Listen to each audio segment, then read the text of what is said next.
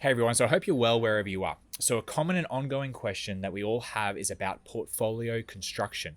Do we focus in on just a couple of investments, maybe 5 or 10? Maybe 10 to 20 is ideal. Maybe 20 to 30 is better. Maybe 100. What about focusing on a particular industry or a particular country? And then what about a small cap focus?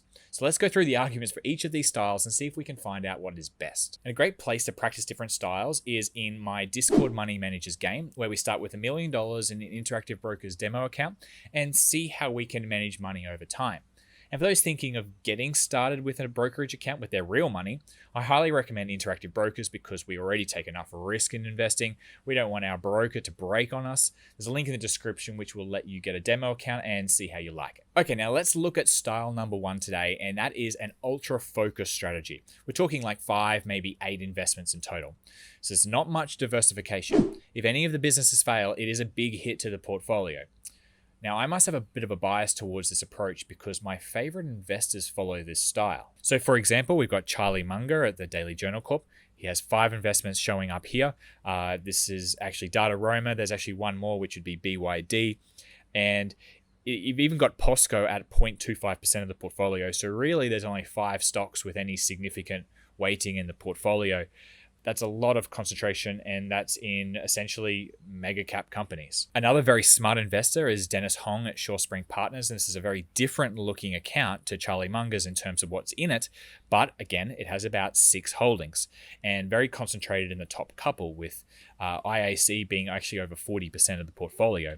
So again, very different names here, a different strategy completely, yet the portfolio construction is about the same. Then there's someone like Lee Lu at Himalaya Capital, and he has 6 investments, and these are all large American mega cap companies: Google, Bank of America, Berkshire Hathaway, Apple. And then we look at someone like Mohnish Pabrai, which again, a very different looking portfolio here because there's actually only one US company in Micron, and the rest are from India, Turkey, South Korea, Japan.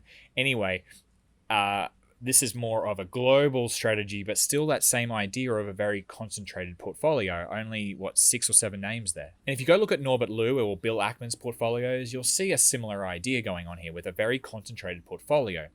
So what they all have in common is this high concentration in just a few ideas.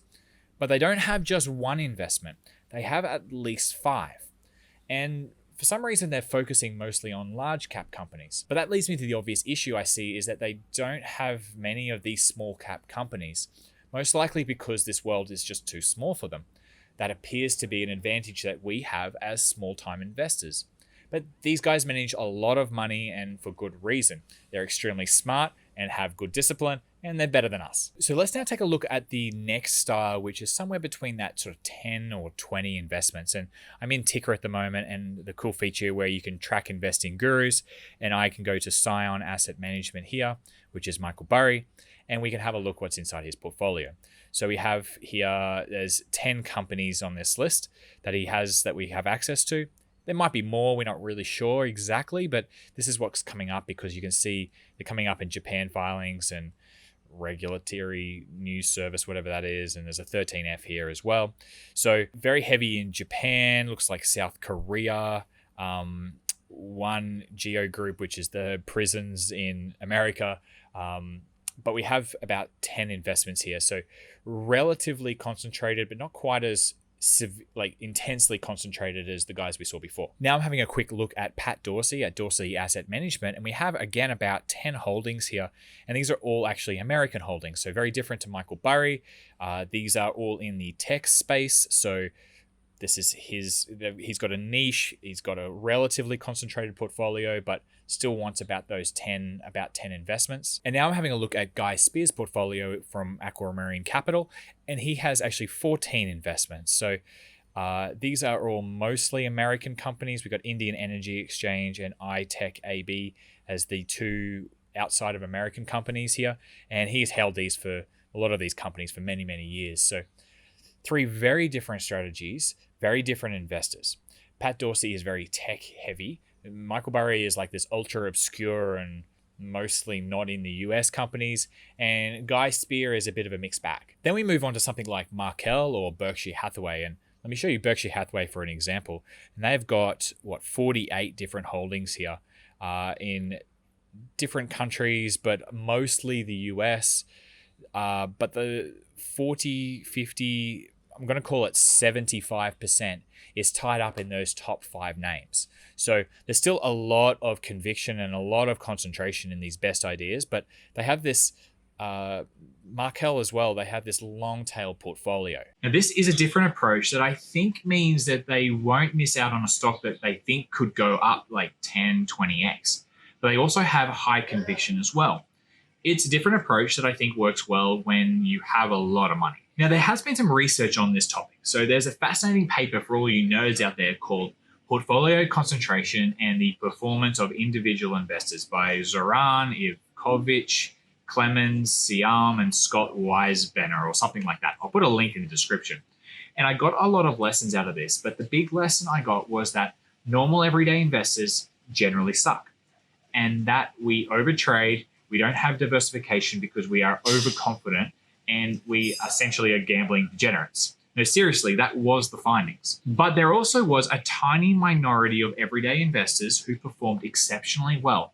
But it was because they found a great company and held it. And there also actually was this little subsection of this tiny group of outperformers where they were essentially gambling degenerates. They got a huge winner from some obscure tiny mining exploration company. That was so rare that it essentially is an anomaly. Now, for the portfolios that were more diversified, there was found to be not a lot of difference between 20 stocks and 100 stocks in terms of risk. That is a bit of a general statement because I could have a portfolio of 100 Russian stocks and that would have turned out very ugly. Or if I had a portfolio from all over the world, but in, say, the semiconductor industry, well, the results would all be very correlated. So getting uncorrelated investments in your portfolio is what modern investing theory at universities would tell you to do. Some bonds from different countries, some global REITs, some global shares with a global footprint. This is the safest strategy for protecting your wealth, and I won't argue with that. If you're super rich and you freak out about your money each night and stress about losing it, then this is probably the play. This will mean that your extreme diversification will let you move on with your life. But of course, if you want to grow your wealth, then you need a better strategy. So this is just going to be my opinion of what I think is the best strategy and my reasons. So I personally wouldn't feel comfortable with just a couple of investments. I would be a bit stressed. I know that about myself, and I'm okay with that. I don't need to be some sort of superhero. I'm also pretty sure I will make more mistakes in the future. So less than 5 doesn't suit me. But when I think about more than 20, well, it doesn't really suit me either. I don't think I want to keep track of all that many companies. Also, I think my 21st best idea is probably not a smart place to put my money. I surely have a company that I like better that is at a reasonable price. So somewhere around 10 to 15 feels about right for me. Now, I'm not just talking about stocks here. This is all my investments. I might have 10 or 15 stocks, but a few other private businesses, plus my apartment in Georgia accounts as well, I guess. So I don't want to overtrade, but I still have a bit of work to do as I have definitely made investments in the past that I wouldn't make today. And I want to find very long-term investments and then do nothing. So my plan is to monitor these investments from the past. And if I think I'm completely wrong, I'll sell them and put my money into one of my better ideas. I have grown, I've learned more, and I think I have stronger ideas now. Anyway, I hope I get to a point where I'm content with the investments that I have and can focus on the private businesses and the big swings that I have more control over. Also, with my stock portfolio, I do think smaller caps is the way to go. There is just far less competition. So I can find great companies with great people running them at fair and sometimes cheap prices. Plus, if I feel confident that the management is very good at reinvesting money at high rates, plus the field they are in allows for this, plus they will just have a longer runway than the mega cap companies. Well, this makes logical sense to me, and this is the direction I'm going. But this suits me because I like doing the work. I love it, actually. It is something I do in my free time, but not many people like to dig into these little companies. They feel better about the big companies that they know about. Now, that's fine for them, but I think they are missing out on some big winners.